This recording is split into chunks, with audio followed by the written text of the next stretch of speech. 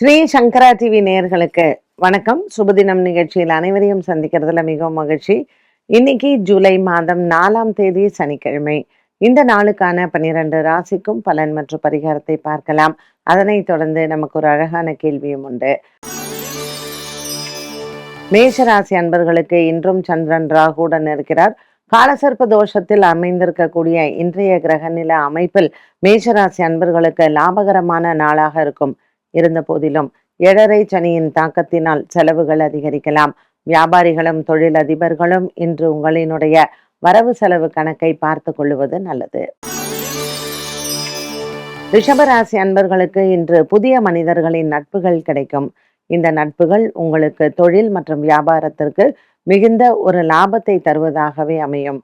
10ஆம் இடத்தில் இருக்கக்கூடிய சந்திரனும் ராகுவும் அலைச்சலை கொடுத்தாலும் கூட இன்று நாளின் இறுதியில் மன திருப்தி ஏற்படும். பிரிந்தவர்கள் மற்றும் பல நாட்களுக்கு முன்பாக பார்க்காமல் இருந்தவர்கள் இன்று மீண்டும் சந்திப்பது உங்களுக்கு அலாதி சந்தோஷத்தை கொடுக்கும். மிதுனராசி அன்பர்கள் இன்று மிதுனராசி அன்பர்களுக்கு குறிப்பாக மிருகசீரிஷ நட்சத்திரக்காரர்களுக்கு தன லாபங்கள் நிறைந்த நாளாக அமைகிறது. குடும்பத்தில் இருந்து வந்த மனவேதனைகள் தீரும். பல நாட்களாக இருந்து வந்த தாய் தந்தையின் உடல் ஆரோக்கியத்தில் குறைபாடுகள் மற்றும் நீண்ட நாட்களாக சகோதர சகோதரிகள் பேசாமல் இருந்தவர்கள் மீண்டும் பேசுவது மனதிற்கு திருப்தியையும் சந்தோஷத்தையும் கொடுக்கும். இன்று சனிக்கிழமை நவகிரக வழிபாட்டை மேற்கொள்ளவும். கடகராசி அன்பர்கள் இன்று கடகராசி அன்பர்களுக்கு நீண்ட நாளாகவே இருந்த ஒரு விதமான குடும்ப சூழ்நிலைகள், சண்டைகள், பிரிந்த நிலைகள் மாறும். 2ஆம் இடத்தில் கேது, 8ஆம் இடத்தில் ராகு சந்திரனுடன் அமைந்திருப்பது மற்றும் சந்திராஷ்டம தினமாக அமைகிறது. கடகராசி அன்பர்களுக்கு இன்றைய நாளில் புதிய வேலை துவக்கங்கள் மற்றும் கடன் வாங்குவது கொடுப்பதை தவிர்க்கலாம். பெரியவர்களின் ஆசையோடு இந்த நாளை தொடங்குவது நல்லது. இன்று ஆஞ்சநேயர் ஆலயத்தில் வெத்தலை மாலை சாற்றுவது மிக மிக அவசியம். இன்றைய நாளில் கடகராசி அன்பர்களுக்கு ஒரு விதமான மனக்குழப்பங்கள் பிள்ளைகளால் ஏற்படும். மாலை நேரத்தில் பெரியவர்களினுடைய ஆலோசனையின் பேரில் குழப்பங்கள் தீரும். சிம்மராசி நேயர்களுக்கு ராகு கேத்துக்குள் இருக்கக்கூடிய கிரக அமைப்பில் கணவன் மனைவியிடையே இருந்து வந்த மனக்கசப்புகள் சற்று அதிகரிக்கலாம். அஷ்டம சனியில் இருக்கக்கூடிய சிம்மராசி அன்பர்களுக்கு இன்று குடும்பத்தில் சின்ன சின்ன சண்டை சச்சரவுகள் 3வது நபரால் வந்து போகும். குறிப்பாக பூரம் உத்திரம் நட்சத்திரக்காரர்கள் சற்று எச்சரிக்கையுடன் இருக்கலாம். பல நாட்களாகவே இருந்து வந்த ஒரு விதமான பண பிரச்சனைகள் மற்றும் கடன் தொல்லைகள், இவற்றில் சில சிக்கல்கள் வரலாம். இதனால் உங்கள் குடும்பத்தில் வரக்கூடிய பிரச்சனைகளுக்கு தீர்வுகளை மாலை நேரத்தில் பார்க்கலாம். கன்னிராசி அன்பர்களுக்கு புதிய வேலை வாய்ப்புகள், புதிய வேலைக்கான விண்ணப்பம் செய்வது, அதற்கு சம்பந்தப்பட்ட மனிதர்களை சென்று சந்திப்பது வெற்றியை தரும். ஒரு சிலருக்கு தொலைந்த பொருட்கள் மீண்டும் கிடைக்கும். ஒரு சில மாதங்களுக்கு முன்பு தொலைந்த தங்கமோ அல்லது வெள்ளியோ இது போன்ற விலையுயர்ந்த பொருட்கள் மீண்டும் கிடைக்க வாய்ப்புகள் உண்டு.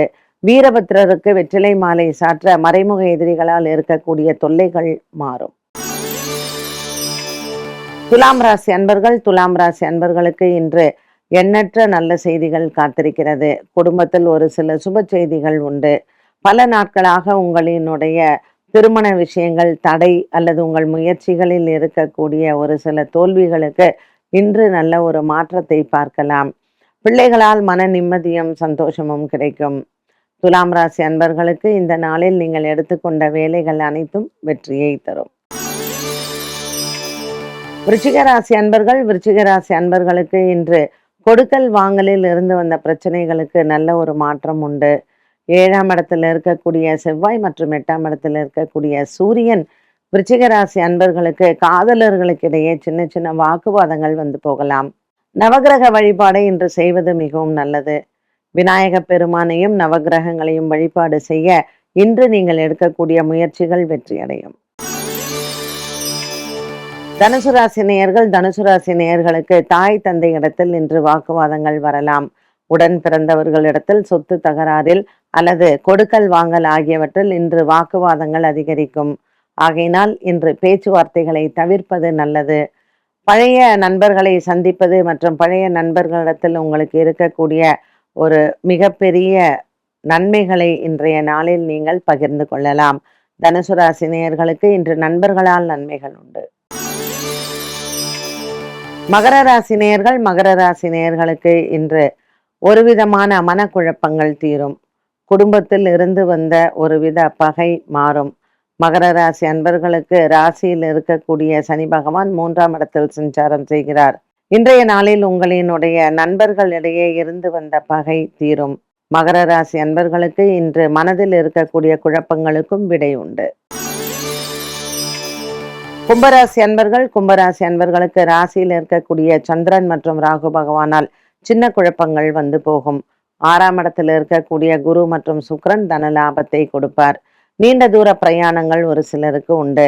இன்று மகாவிஷ்ணு ஆலய வழிபாடும் பெருமாளுக்கு இன்றைய நாளில் விஷ்ணு சகஸ்ரநாம பாராயணம் செய்யலாம். எடுத்த வேலைகளில் வெற்றிகள் கிடைக்கும். மீனராசி நேயர்களுக்கு இன்று பல மாதங்களாக இருந்து வந்த ஒரு விதமான மன போராட்டங்கள் குறையும். 5ஆம் இடத்தில் இருக்கக்கூடிய குரு மற்றும் சுக்கிரனினால் உங்களுக்கு மனதில் திருப்தியும் சந்தோஷங்களும் வந்து போகும். நீண்ட நாளாக இருந்து வந்த குடும்ப சண்டைகள் மற்றும் பிரிந்தவர்கள் ஒன்று சேரக்கூடிய ஒரு சில நல்ல விஷயங்களும் இன்று நடைபெறலாம். இன்று பெரியவர்களின் ஆலோசனையை கேட்டு நடந்தால் மீனராசி அன்பர்களுக்கு மனக்கலக்கம் இல்லை. 12 ராசிகளுக்கும் உண்டான பலன் மற்றும் பரிகாரத்தை பார்த்தோம். இந்த நாளுக்கான கேள்வியை பார்க்கலாம். ரிஷப லக்னம், லக்னாதிபதி சுக்கிரன் 9ஆம் இடமான மகர ராசியில் அமர்ந்தால் அவர்களது பூர்வ புண்ணியம் அல்லது புத்திரபாகியம் எப்படி இருக்கும்? புத்திரபாகியம்ங்கிறது நம்ம 5ஆம் இடத்தையும் வைத்துத்தான் சொல்ல வேண்டும். இப்போ ரிஷப லக்னத்துக்கு 5ஆம் இடத்திற்கான புத்திரகாரகன் பார்த்தீங்கன்னா புதன். அவர் மீனத்துல போய் நீச்சம் அடைஞ்சிடுறாருன்னு வச்சுக்கோங்களேன். சுக்கிரன் இங்க இருக்காரு, புதன் போய் நீச்சம் அடைஞ்சிடறாரு. இந்த பாக்யநாதன் சனியும் நீச்சம் அடைஞ்சிடறாருன்னு வைங்க. இந்த சில பேருக்கெல்லாம் பார்த்தீங்கன்னா எப்பவுமே பசங்களால ஒரே தொல்லையா இருக்கும். இது பொம்பளை பசங்களா இருக்கும். பொம்பளை பசங்க வீட்டுக்கு அடங்காம ஒரு சில அப்பா அம்மாவுக்கு அவமரியாதையை கொடுக்கறது, வேற இனத்துல போய் திருமணம் செய்து கொள்வது, இல்லை அப்பா அம்மாவை போலீஸ் ஸ்டேஷன்ல கொண்டாந்து நிறுத்துறது, இப்படி பிள்ளைகளால எத்தனையோ பிரச்சனைகள் பெற்றவர்கள் பார்த்துருக்காங்க. இன்னைக்கும் நடக்குது சமுதாயத்துல, நம்ம பார்க்குறோம். ஸோ பிள்ளைகளால் ஒரு மன கஷ்டமும் பிள்ளைகளால் அவமானப்படக்கூடிய சூழ்நிலைகளும் சில பெற்றவங்களுக்கு வரும்.